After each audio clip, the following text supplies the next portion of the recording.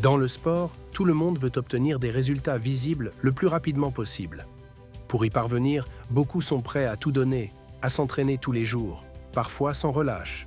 Mais avec ce type d'approche, le risque est grand. L'épuisement arrive vite, le corps fatigue et les sensations désagréables s'installent. Peu importe la force de la motivation au départ, le surmenage et le burn-out finissent souvent par bloquer toute progression. L'idée selon laquelle, plus on s'entraîne, plus on devient fort, n'est pas toujours vraie. Et c'est précisément ce dont nous allons parler aujourd'hui. Dans cette vidéo, je vais vous expliquer combien de repos vos muscles ont réellement besoin après un entraînement. Restez jusqu'à la fin, c'est un sujet essentiel si vous voulez progresser durablement. C'est parti. Pour évoluer, oui, il faut s'entraîner sérieusement et avec intensité. Mais avec un programme d'entraînement bien construit, les progrès physiques deviennent visibles avec le temps. À l'inverse, s'entraîner sans tenir compte de ses capacités réelles et sans laisser de temps de récupération au corps conduit presque toujours à l'effet inverse. S'entraîner tous les jours sans repos peut sembler efficace sur le papier, mais en réalité, cela mène souvent au surentraînement, à une baisse de motivation, à de l'irritabilité, à une fatigue nerveuse persistante et parfois même à des blessures. Il est donc crucial de comprendre ce qui se passe réellement dans le corps lorsque les muscles ne récupèrent pas correctement. Une des questions les plus importantes en musculation et dans les sports de force est la suivante. Combien de temps faut-il pour récupérer? Et combien de jours de repos sont nécessaires entre deux entraînements?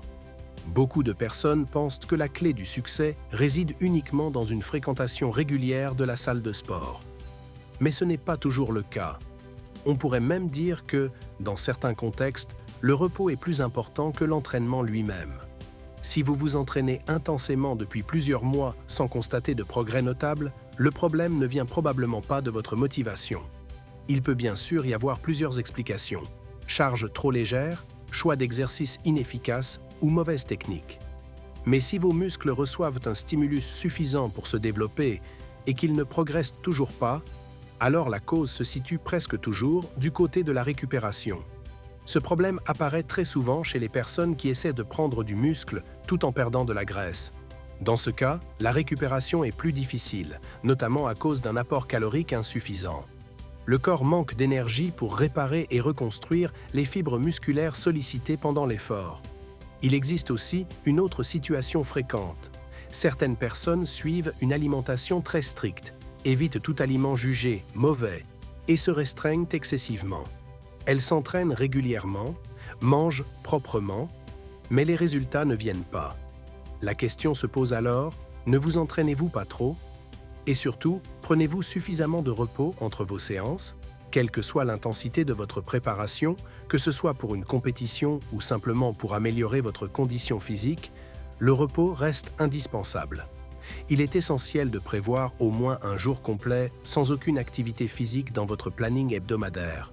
Ce temps de pause permet au taux de cortisol, l'hormone du stress, de revenir à la normale et empêche le corps de rester en état de tension permanente. En une seule journée de repos, vos muscles ne fondent pas.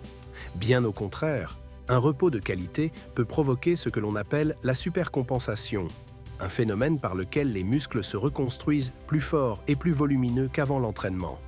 Alors, combien de repos faut-il réellement entre deux séances? La réponse varie selon les individus, mais toutes les études s'accordent sur un point. Les muscles ont besoin de 48 à 72 heures pour récupérer complètement après un entraînement intensif. Le repos est probablement la partie la plus sous-estimée de tout programme de musculation. Car contrairement à ce que beaucoup pensent, les muscles ne se développent pas pendant l'entraînement. Lors des exercices de résistance, les fibres musculaires sont endommagées. La croissance musculaire se produit uniquement pendant la phase de repos, lorsque le corps répare ses fibres et les renforce. Mais attention, tout est une question d'équilibre. Un manque de repos conduit au surentraînement, tandis qu'un repos excessif et des pauses trop longues entre les séances peuvent annuler une partie des progrès déjà réalisés. Trouver le bon équilibre entre effort et récupération est la clé de résultats durables. Ne pas respecter un temps de repos suffisant entre les entraînements peut entraîner ce que l'on appelle le syndrome de surentraînement. Il s'agit d'un état qui affecte à la fois le corps et l'esprit. Fatigue persistante, baisse des performances, manque de motivation, troubles du sommeil, irritabilité. Autant de signaux que le corps envoie lorsqu'il est dépassé.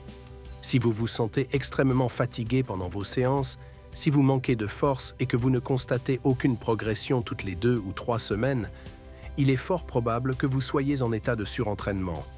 Dans ce cas, la meilleure chose à faire est de faire une pause complète d'environ 1 semaine afin de permettre une récupération totale.